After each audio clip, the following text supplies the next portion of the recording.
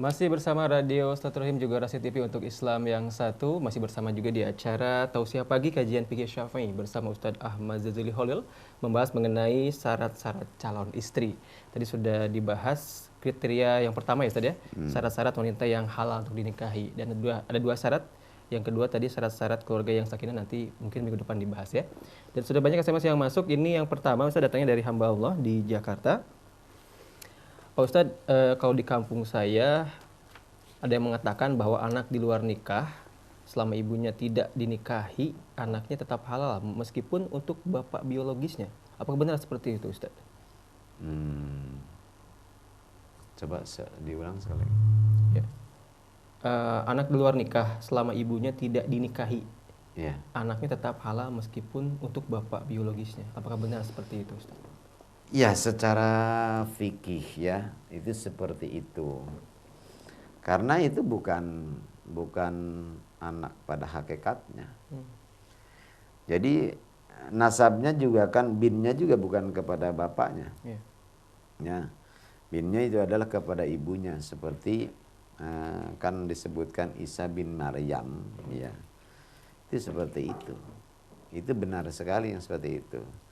Nah, kalau bicaranya adalah haram dan tidak haram, bukan masalah baik dan tidak baik. Walaupun ada sih ya sebagian ulama yang mengatakan tidak, itu tidak benar. Ada ikil yang begitu. Wallahu a'lam. Baik. Ada penelpon yang masuk. Halo, assalamualaikum. Waalaikumsalam. Dengan siapa di mana Pak? Dari Pak Akif di Depok. Mohon maaf agak sedikit diperjelas Pak suaranya, mungkin agak dijauhkan dengan radionya. Oke Pak. Ini Pak Ustadz. Assalamualaikum Pak Ustadz. Waalaikumsalam warahmatullahi wabarakatuh. Kita mau nanya Pak Ustadz. Ya.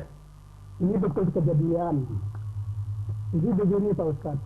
Ada ini seorang laki-laki, dia kenalan dengan seorang perempuan. Statusnya mereka masih bukan gadis.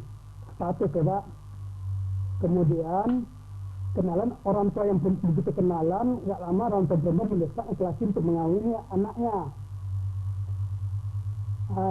Artinya persetujuan lah, dari kenalan itu kira-kira setengah bulan atau 1 bulan lagi itu langsung nikah, mereka ada langsung ada pesta. Setelah pernikahan ini kira-kira berjalan 1 bulan lebih, ketahuan lah yang perempuan ini dah hamil Pak. Hamil dengan ya cowoknya yang dahulu. Dan yang orang tua perempuan ini menyembunyikan kehamilan dari anaknya pada anaknya ini. Setelah lahir anak itu perempuan ini, dan yang laki-lakinya tadi karena mengetahui istrinya dah hamil, dia tidak mau lagi sama yang istrinya ini. Dan anaknya ini statusnya bagaimana Pak Ustadz? Apakah anak dari yang suami resminya ini atau dari pacar, dari laki-laki yang menghamilin yang secara apa ini Pak Ustadz? Iya baik. Terima kasih. Assalamualaikum. Waalaikumsalam warahmatullahi wabarakatuh. Bismillahirrahmanirrahim. Jadi begini ya. Tadi itu bahwa jelas bahwa si anak itu kan bukan dari si suaminya yang sah, tapi itu ayah biologisnya adalah pacarnya yang dahulu kan gitu ya. Jadi apakah ini disebut anaknya si suami yang menikahinya atau dari ayah biologisnya? Anak ini nanti binnya kepada ibunya. Kecuali kalau si suami yang kedua ya itu dia mau mengakui bahwa anaknya ini adalah sebagai anaknya, dan itu pun kandungan si bayi ini belum hidup, belum 6 bulan. Nah, kalau mau mengakuinya maka itu dijadikan sebagai anaknya. Nah, tapi jelas dia kan udah nggak mau lagi setelah tahu ternyata si wanita itu hamil. Berarti kan nggak mau mengakuinya, maka bukan anaknya. Apakah kemudian nanti binnya diberikan kepada ayah biologisnya, yaitu yang menghamili ibunya? Ya tidak juga, bukan anaknya. Jadi anak ini jelas nggak punya bapak. Anak ini nggak punya bapak, ya. Demikian. Saya buat contoh beginilah, ya.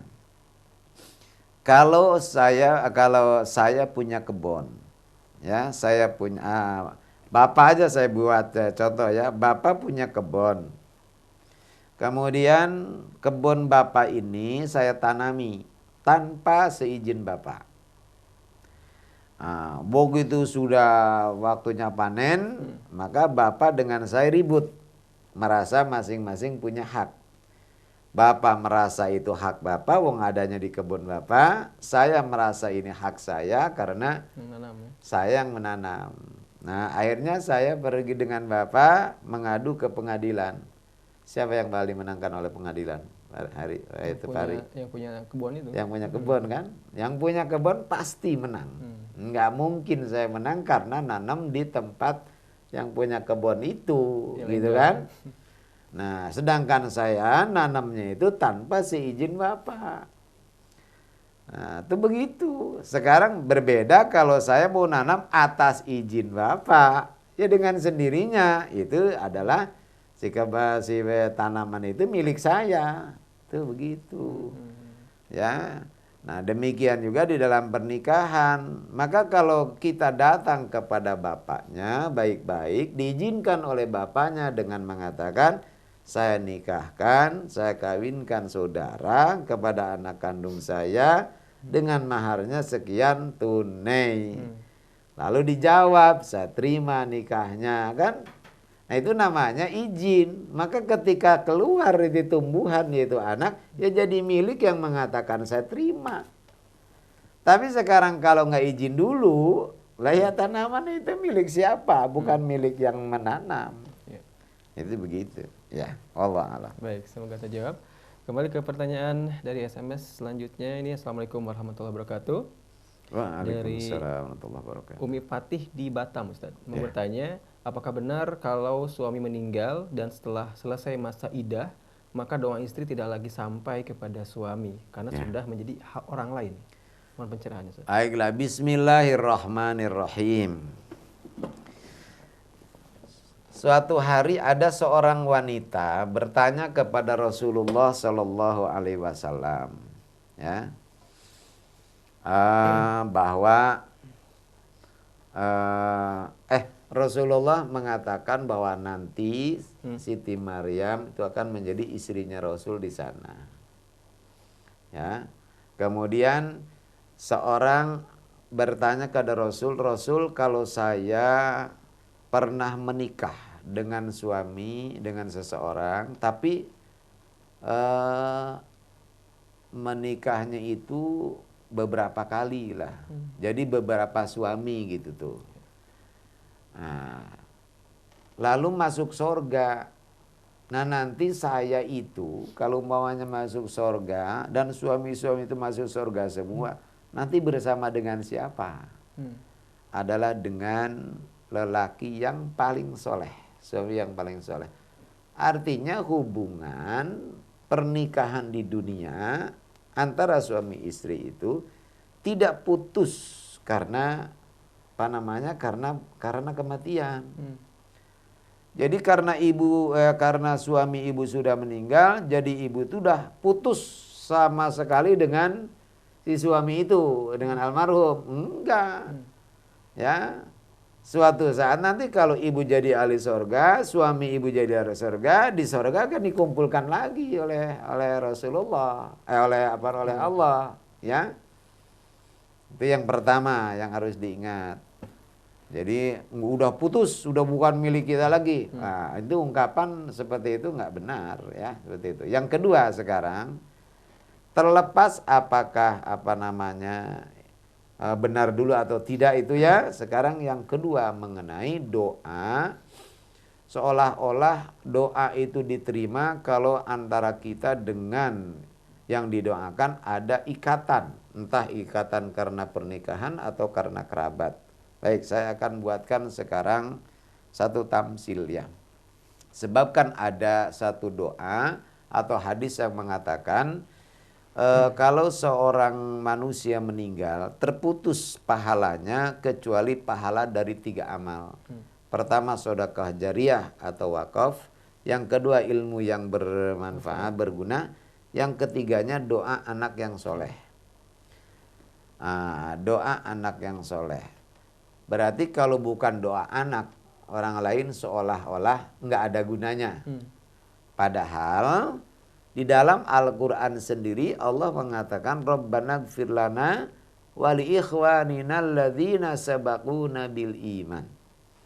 Ya Allah, ampunilah kami, ya, dan dosa saudara-saudara kami yang telah mendahului kami membawa iman. Itu saudara kami membawa iman itu kan bukan kerabat, sahabat, tabi'in, para ulama dahulu-dahulu gitu udah kita doakan. Jadi doa itu nggak benar kalau hanya karena ada ikatan, ya. Sepanjang itu sesama muslim bisa, ya.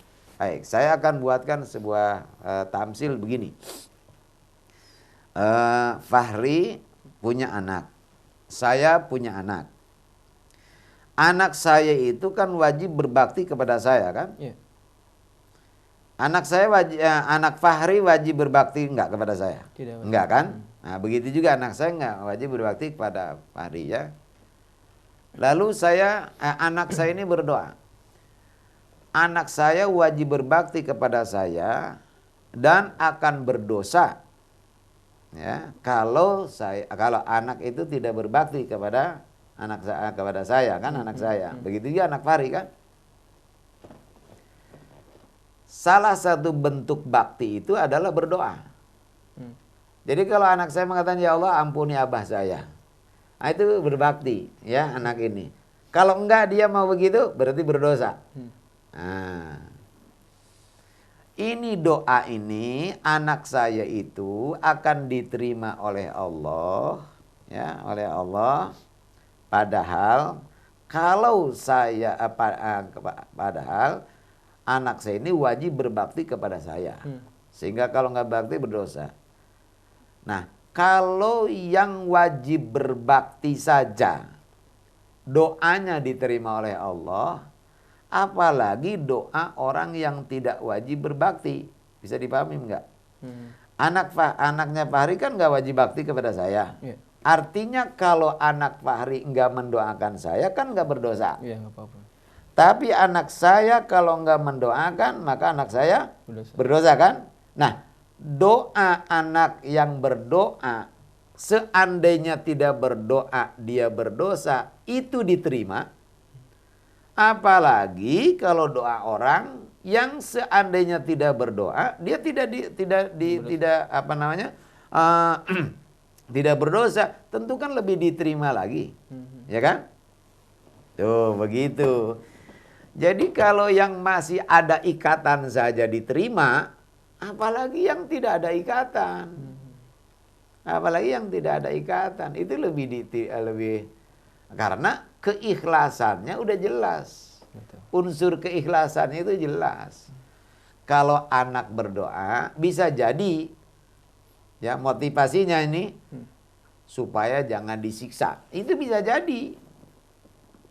Tapi kalau orang kayak muridnya atau apa, orang jauh yang nggak kenal yang nggak ada ikatannya tadi, nggak wajib bakti, dia ini kalau berdoa untuk orang lain tentu alasannya bukan karena takut dosa.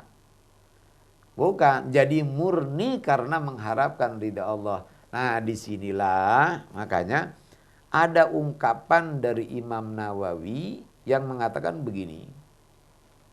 Ibadah sunnah itu lebih utama dari fardu. Ya, ini mungkin orang mengatakan, wah ini ulama geblek begitu, yang sunnah kalau lebih utama dari fardu. Nanti dulu motivasinya maksudnya.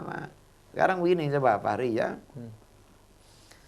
Kalau kita sholat fardu 5 waktu, boleh jadikan alasannya 2. 1, karena kita takut disiksa, ya kan?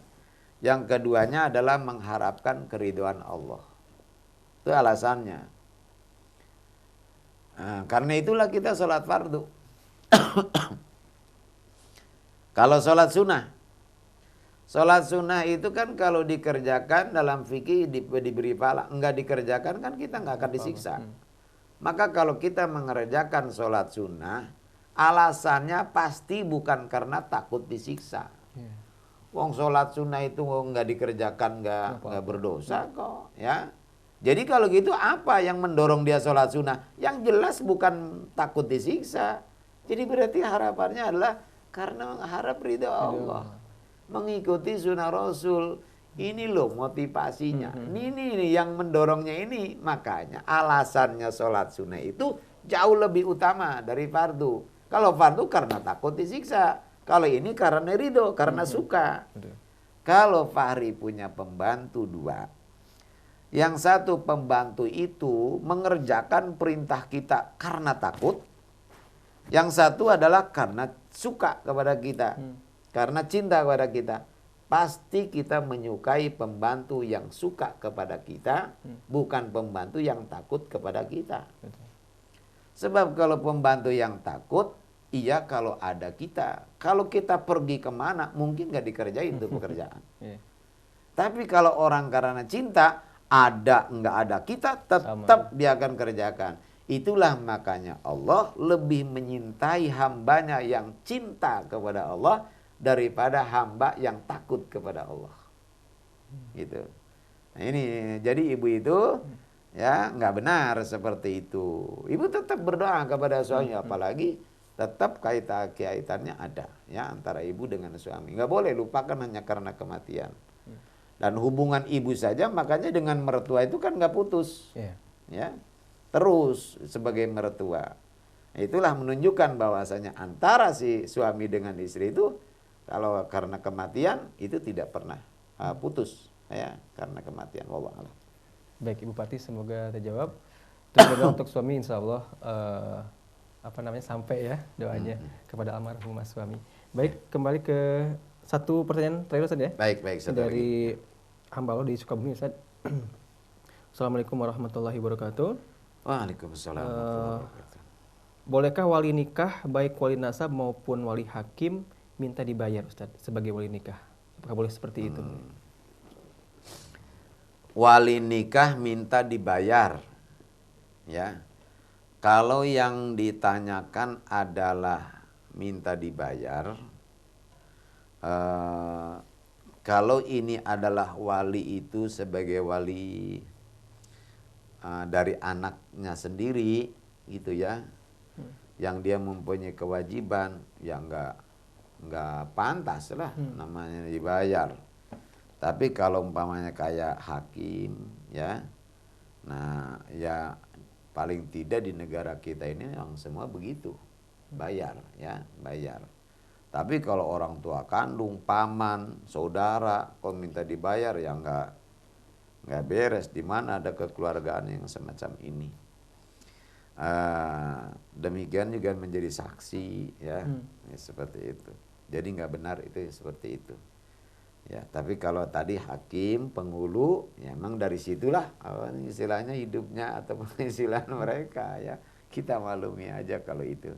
Tapi kalau namanya wali yang dimaksud adalah ayahnya, kakeknya, saudaranya, pamannya, itu kelewatan namanya kalau minta dibayar ya.